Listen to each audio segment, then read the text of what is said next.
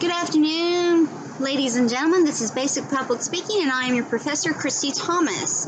This video covers several chapters. Basically, it's covering chapter 8, 9, and 10, which are all in that second content of transitions and flow and style and delivery. I'm just making a condensed video of all three chapters together because we have wonderful documents and PowerPoint presentations that go into detail over each. I'm just kind of shooting forth the main body, the meat, if you would, of this information. So with that being said, when we're giving our speech, you're up and you're presenting, because in a perfect world we'd be in a classroom presenting speeches and it would be grand and lovely and wonderful. But right now we're doing how to do them, how to record and send them to us, which we're in a world of technology now, so a lot more is being done via Zooms and Google Classrooms and, Microsoft Teams Collaborate, or shoot and record and send, it's so much more technology based. Anyway, when it comes to doing speeches, the beginning of the speech, your introduction, if you remember, because we talked about introductions and bodies and conclusions and all that already. Now we're going to talk about the actual giving that speech. The style, the flow, the transitions, delivery, all that stuff falls into this wonderful world. So there are kind of three things that can or might happen, or one of three, when you're doing an introduction. One is to establish goodwill. An introduction should establish a sense that you care about the audience and care about their needs on this topic. So you're establishing goodwill. You're not going to start off hateful, mean, and spiteful. In a perfect world. You will establish goodwill. There's also establishing credibility.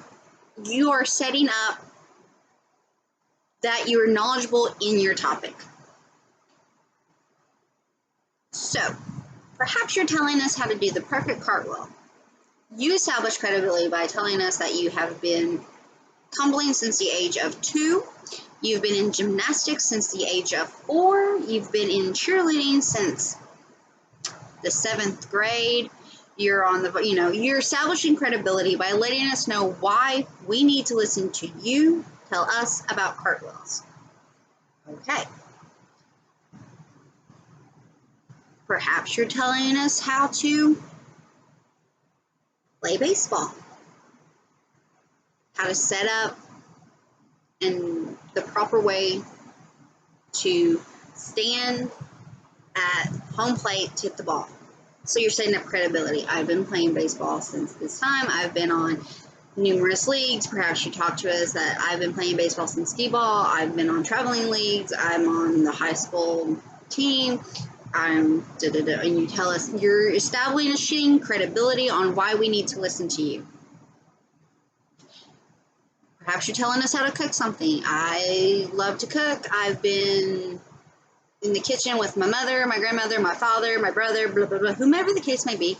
So many years we've passed on this tradition. My family owns a restaurant, so I help out in the kitchen. You're establishing yourself. Okay, so we're setting up goodwill. We're setting up credibility. Also, tell us why you're speaking. I'm here today to tell you how to apply the perfect wing eyeliner. I'm here today to tell you why Nike is the best shoe over Puma, Adidas, insert shoes here. You're telling us why. Okay. Tell us why you're speaking. I'm here today to pay tribute to, and it's the one third person here, John Lennon.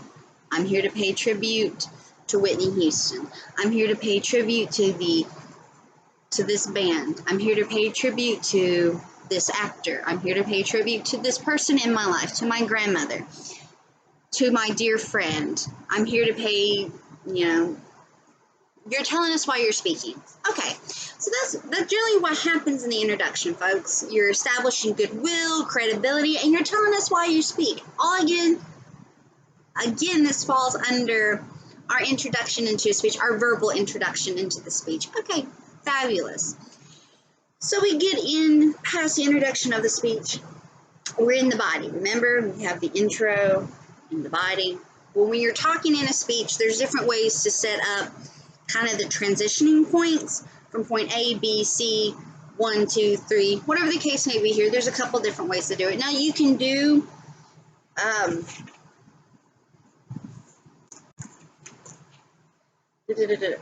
with transitions, it's, hope I don't butcher this word, enumeration.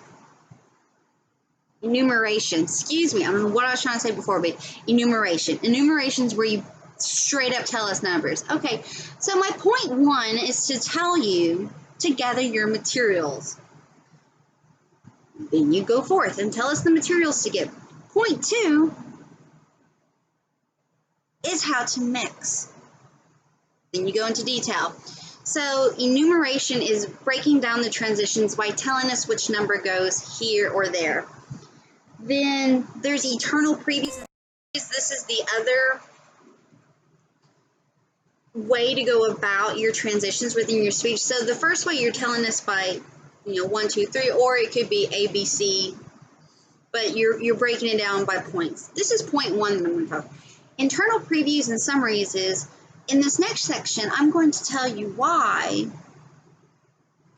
fall is the best season. Then you give us your explanation. So now that I told you why fall is the best season, here are some wonderful things people can do in the fall. You just summarized your first point, and now you're moving us into the second one. So that's previews and summaries that work in transitions. So those are your two main ones. You're either going to tell us by points or numbers, or you're going to do it by kind of previewing and summarizing what we just talked about. Now, real quick, guys, let's go back to introduction because we talked about those 3 things. There's different ways to get attention also in your introduction. It could be a story. You could start it off with a personal narrative or a story. It could be a crazy, number statistic or, graph of some sort. You could tell us a joke. There can be a visualization. You're telling us, picture this. It's a crisp, cool autumn day. The leaves are rustling. It's visual. You're kind of telling us a story, but you're really bringing in that visualization. People can really picture that more. It's Friday night. The crowds gather in a mass with slow chanting, and it rises up in the crowds, screaming, "Go Ray!" It's a visualization. You're building up, and that kind of falls under story as well. A rhetorical question. A quotation from someone can start you off, perhaps from a television show, a speaker, an actor, a musician, an article could start the whole thing off. Or a line from a movie. There's no place like home. There's no place like home. As stated by Dorothy Gale in The Wizard of Oz, then you go into a speech. Perhaps it's about how wonderful it is being home or your hometown, or acknowledging the speaking situation. We're gathered here today to share in the memory of, and it could be could be a teacher, a person, a moment. Think of it too, like weddings. There's a lot of toast weddings, graduation speeches. You're acknowledging the speaking situation. We're gathered here today as we prepare ourselves for obviously I don't have a on-hand spiel graduation speech, but you're acknowledging the speaking situation. So those are go-getters. There's ways to bring attention for your introduction. So our introduction, we're establishing credibility and goodwill, and we're talking about why we're speaking. And within talk about why we're speaking, it's usually you can do attention grabbers. And there's so many ways you can go about it. Tell a joke, tell a story, really get into visualization, a rhetorical question, a crazy statistic or number. You know, there's so many ways to attention grab. It could be making a sound or, you know, asking questions. All this falls under. And then you have the body, which is where we do the internal previews and summaries. Now, when it comes to conclusion, there's a couple ways you can wrap it up real pretty with a bow. It could be, now that I've told you the steps on how to create brownies from scratch, you should be able to go into your kitchen and bake yourself up a batch. Hope you enjoy. Thank you and good day. There's different ways you can conclude it. It can be a simple, you know, a summary and a thank you. You could end on a statistic. You can end on a question. Makes your audience go, I like that. So there's different ways you can conclude it up with a bow. Again, guys, watch YouTube videos, how-to videos. You can find a plethora of really fun different ways that people introduce and conclude. So if you're stuck on ways to go about that. So we've talked about the actual speech itself. Guys, ladies, gentlemen, folks of all ages, when you're also giving speeches, and this would be really hands-on, like real more easier to explain if we were in person, because right now in the scenario we're in with a virtual speech class, you're recording for me. But there's so many things that kind of fall under speech that aren't the actual words that leave our mouth. It's our nonverbals. Now, what do I mean by nonverbals? It's what your body does. It's how you dress. It's how you present yourself. All of that wonderfulness. I'm trying to find the right word. When it comes to giving speeches, choosing the right words, there's denotive and connote. Denote and connote meanings. Denote is the physical, the actual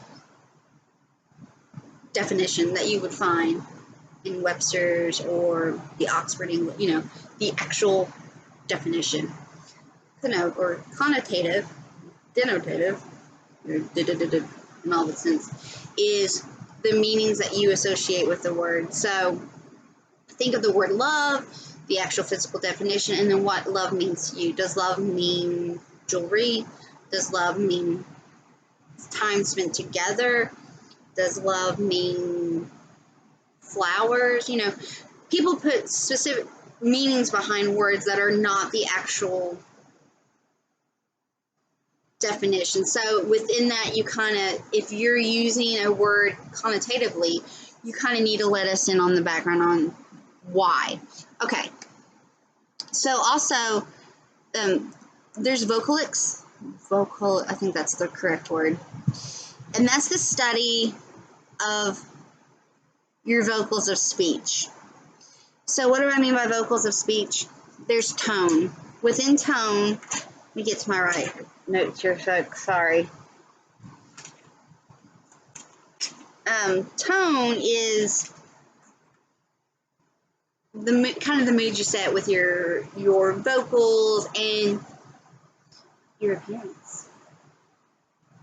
You know, there's a big tone. There, you know, think of characters. Okay, a stay-at-home mother. I'm going to give you a few examples, and you can see what I mean by tone. There's Morticia Adams. She's a stay-at-home mother, and then there's Marge Simpson, a stay-at-home mother. Two are the same character, as in they're stay-at-home mothers, but their tone is completely different. So that's what I mean. Think of musicians. You know, you have, say, Lady Gaga versus,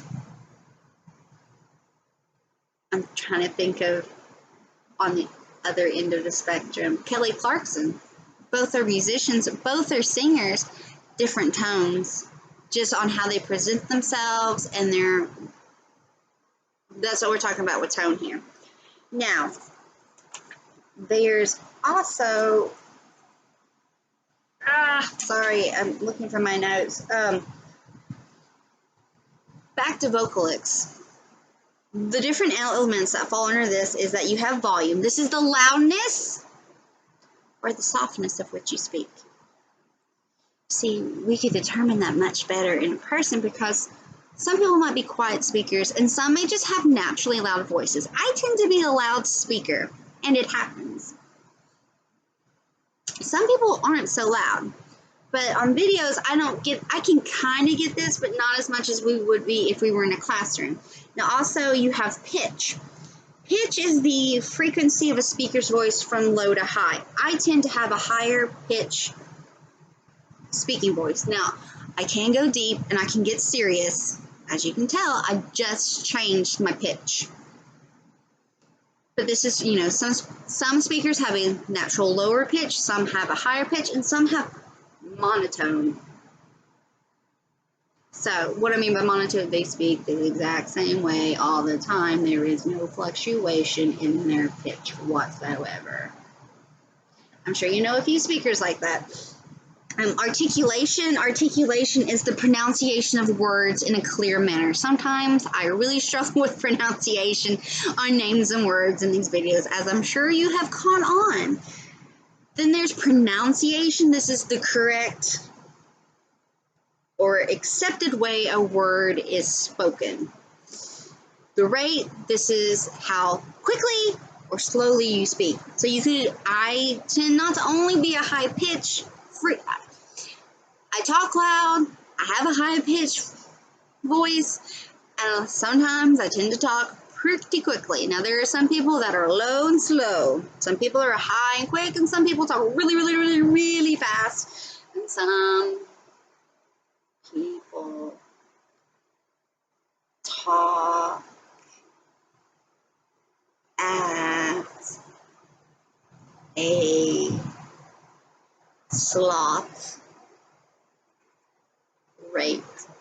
Have you ever seen, it's a Zootopia cartoon movie with the sloth? Aha. Aha. I think I'm even going way quicker than what the sloth was, but you're catching on. Then there's modulation. This is the attempt to vary the volume and the pitch. I try to vary it just to keep interest. Some people, they don't try. They're monotone and they stay the exact same way. So that all falls under vocalics. What does that mean in a nutshell? It's how we talk, how we speak, how loud, how quick, how slow, how fast. Do we have projection? Projection means can you go from here to the other end of the room? All of that falls under vocalics, which all falls, I know it's vocal, but it's not the speech itself, it's how we speak. So that falls under the nonverbal. So along with the nonverbals, folks, there's tone. How do we set ourselves up, present ourselves? And a thing, too, that when we're presenting our speeches is that, again, it's not so much in our specific world right now, but in a broader sense, it's knowing the formality of the speech. Is it formal? Is it informal? Do you know your audience? Is it a group of peers? Is it a group of peers and your parents and your teachers and, administrative staff? Is it employees? Is it an older generation? Is it a younger generation? So within all that, it's knowing, once you know that, then you can know the formality or informality of your speech and your nonverbal. If it's in a professional setting, you're going to present yourself in a professional setting. You're not going to roll in like you just got out of bed in your jammies with your hair all cray-cray. Maybe you do, but in a professional setting, you would want to think that you're presenting yourself. And if it's video-wise, you want to make sure that you're presenting yourself up from what's visual as you're ready to go. And the choice of language and words and terminology will vary too, depending if you're speaking to peers, if you're speaking to an older generation, a younger generation, a professional, educational, or just a group of friends. It can change from how you introduce. It could be like, hey, y'all, what's up? To hello and good evening and welcome. Those are two variations, and it depends on the setting. So again, in this class, not so much, because it's peer-based, but it's video-based right now because we're online. And if we were in the classroom, it would be peer-based, but in an overall broad spectrum, it's knowing what, are you speaking at graduation? Are you speaking at a wedding? Are you speaking at a funeral? Are you speaking for work? It's really breaking down the formality and the setting upon which you give your speech, and that helps you decide the language and the style and presentation. Also with speeches that you present, if we were presenting in class, don't really count off on presentation because you're school and stuff, but like videos and stuff, just make sure you got some clothes on. That's really effective. You don't want to roll into an interview or a Zoom meeting or a live class, and still in your jammies, and it could be like, you just want to make sure you're presentable enough. And again, really know your settings, guys, and know the context of your speech. Is it professional? Who's your audience? How many? The formality? Is it, a handful of your buddies compared to half the class and their parents? All of that changes the formality and your choice of words and how you present yourself. Real quick too, with nonverbals is, does your words and your body match? I'm sure you have talked to someone in your life and you're like, hey, how's it going? They're like, I'm fine. Did my face match? I'm fine. I'm fine. I'm okay. See how they're not matching up? If you've been in a relationship or perhaps with your parents and they say, I'm fine, I'm okay, that doesn't match up, does it? So it's making sure your verbals and your body language match up. You kind of want to keep yourself open, shoulders relaxed, head up. I talk with my hands, and when I'm in a classroom setting, I kind of have to really work at not using my hands. I really should more in videos as well, but there's a big difference. If you're standing up there and you're giving a speech and you're like this, you're closing yourself off. We're losing body language and your face and your vocals because you're probably tending to look down when really head up, shoulders relaxed, back straight, good posture. It really helps in your speaking. Some people tend to lean when they talk. They kind of shift their weight from leg to leg. They cross their legs. They fidget with their fingers. They mess up with their hair. They get the hair flip going on. All that falls under. I'm flipping my hair a lot right now because I have a fan on in this room and it's like making my hair go crazy. All this falls under nonverbal, folks. So watch yourself in the mirror or record your video and watch your video. Check yourself out. Is it all matching up? Are you giving us a somber tribute speech and you're just happy-go-lucky? Maybe that doesn't fit with the mood.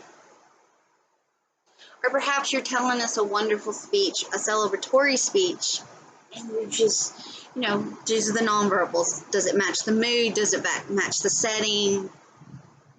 Are you crying a river while you're trying to give a presentation to people at work? It's just go over, guys. Watch yourselves in a mirror. Record yourselves and watch the videos that you record. It's making sure the face, the face is reading, the body language, all that comes under. Sorry guys, I'm checking to make sure if there's anything else I want to go over. So within this, that was like 3 chapters combined. It was chapters 8, 9, and 10, which is basically speech giving, the transitions, the flow and style and delivery.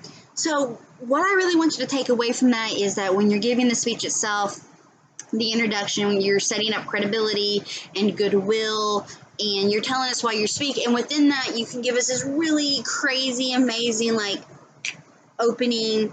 Hey, folks, this is why you need to listen to me. It could be a story, it could be a statistic, it could be a visual aid, it could be a joke, it could be a bad dad joke. You know, all that falls under that. Then within the speech itself, you can do an enumeration, which is 1, 2, 3, or point A, B, C, or it could be previews and summaries of each section, each breakdown. Number 3 is your magic number. We talked about that at another. Then there's the conclusion. You can wrap it up pretty with an overall summary of the speech or a question to make your audience go, But you're wrapping it up with a pretty bow. Guys, really watch some YouTube videos on how, like, some just different how-to videos, or listen to podcasts. They really, how they do their introductions and their conclusions, because you can find some really interesting ways to do introductions and conclusions. And then within that as well, really know your setting, the formality of when you're giving speeches or presentations, so you know what language to use, or the formality upon which you're giving your speeches. And it's your body language as well, like really making sure you're keeping yourself open and straightforward and face forward, so that people can see your face and see your mouth. Otherwise, we lose body language, we lose vocals if your head is down, face is in your, hair's in your face, or you kind of turned off, or you do this a lot. We lose the visual. And when you start losing visuals, people start drifting into other worlds. So the PowerPoint presentations and the documents are chapters 8, 9, and 10. Like I said, this was just kind of a clump video of style, delivery, transitions, and flows of speeches. Folks, I hope that you have had a wonderful week, and I wish we could do this class in person, because I would love to see you all in person giving speeches. I hope you have a wonderful day. Thank you so much.